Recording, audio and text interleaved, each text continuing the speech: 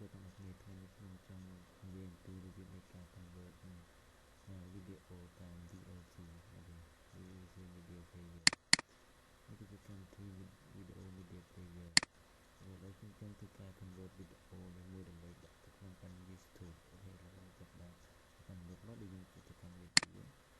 អូខេហើយវាប្រៀបថា convert and save យើងចុចលើវាមកទៅទៅយើងឃើញកន្លែង file កន្លែងនេះគឺយើងធ្វើការ add file ចូល file ណាដែលយើងធ្វើការ convert ចឹងកន្លែង D នេះគឺយើងធ្វើការ add D កន្លែងនេះគឺយើងធ្វើការ enable អូខេយើង update យើងចាប់បានធ្វើការចុច add file ចូលមកយើងនឹងរើបបទចម្រៀងមួយដែលយើងធ្វើការ convert អូខេខ្ញុំយកទាំងព្រៀងទៅជាវីដេអូកន្លែងនេះអូខេគឺយើងចាប់បានពីលើវាមកវីដេអូរបស់យើងនេះគឺវាមានលក្ខណៈជា MP4 អូខេនេះគឺជា file វីដេអូរបស់យើងគឺវាមាន25 MB ហើយក្នុងទំហំ bit នៅក្នុងនេះគឺ27ដូចគ្នាអូខេ file របស់វាគឺលក្ខណៈ MP4 ហើយខ្ញុំចាប់ធ្វើការ convert វាអូខេខ្ញុំចុចលើវាមកអូខេខ្ញុំចាប់បានធ្វើការ convert ដូចបន្តទៀតយើងមើលចំណុចខាងនេះគឺនេះគឺកូដដែលយើងធ្វើការកែប្រែអូខេឥឡូវយើងចាប់បានចុចគ្រឿងវាឥឡូវឧទាហរណ៍ថាខ្ញុំចង់ convert នេះគឺជាវីដេអូដែលយើងចូលមកគឺវាវីដេអូ MP4 ឥឡូវខ្ញុំចង់ convert វាជាលក្ខណៈwebm អូខេឥឡូវខ្ញុំចុចលើ webm អូខេខ្ញុំចាប់បានចុចលើកាន់ចំណុចកន្លែងនេះហើយយើងឃើញនឹងវាធ្វើ webm អស់រាល់កូដដែលយើងធ្វើការ connect ពីខាងដើមហើយគឺយើងមិនបាច់ចាំបាច់កែកូដពីខាងក្រោយទេអូខេចឹងកូដនេះគឺយើងអាចយកវាដូចនឹង MP4 ក៏បានឬគឺយើងអាចវាចូលតាមកូដថ្មីបានឧ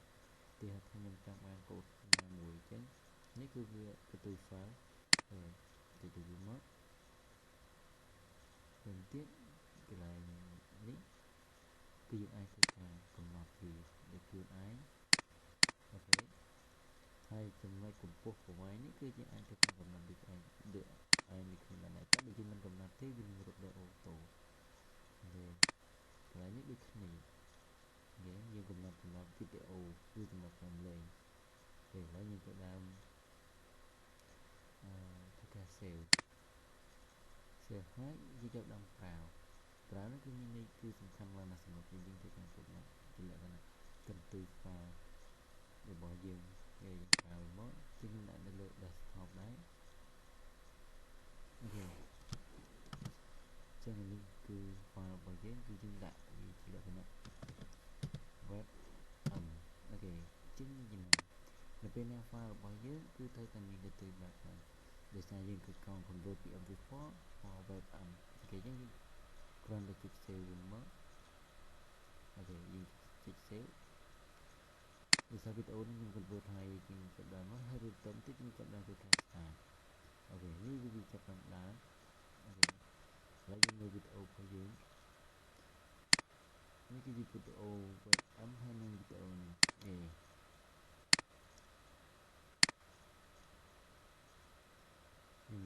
នេះគឺជាវីដេអូរបស់យើង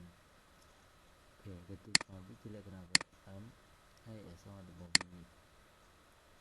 ចឹងវាមានលក្ខណៈទំហំខុសគ្នានឹងទំហំដើមរបស់យើងខាងនេះគឺទំហំដើមគឺលក្ខណៈកន្ទុយ MP4 ហើយទំហំរបស់វាគឺ25ចុចតែក្នុងចំណុចនេះគឺវា25 MB ដែរប៉ុន្តែកូដរបស់វាគឺមានលក្ខណៈខ្ពស់ជាង MB ជាងនេះគឺទៅតែសម្រាប់ទំ60ទេដោយសារតែវីដេអូជាទូទៅវីដេអូរបស់យើងវីដេអូ webm គឺយើងមានលក្ខណៈទំហំច្រើនជាងច្រើនជាងទំហំ MP4 អូខេឥឡូវយើងចាប់ដើមបើកវាមកអូខេអានេះគឺជាលក្ខណៈវីដេអូដែលយើងធ្វើការ convert មកអូខេនេះគឺវីដេអូដែលយើងបានធ្វើការ convert មក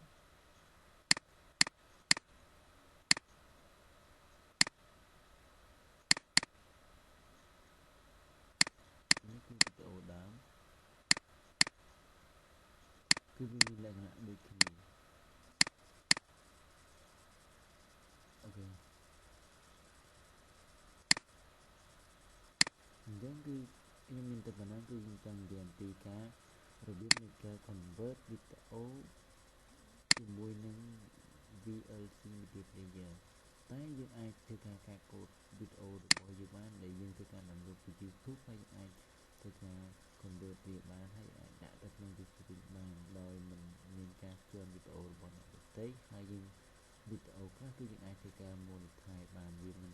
អាចបានវីដេអូទាំងអស់ទេសំខាន់លើវាអាចកែកូដបានមួយចំនួនអូខេ thank you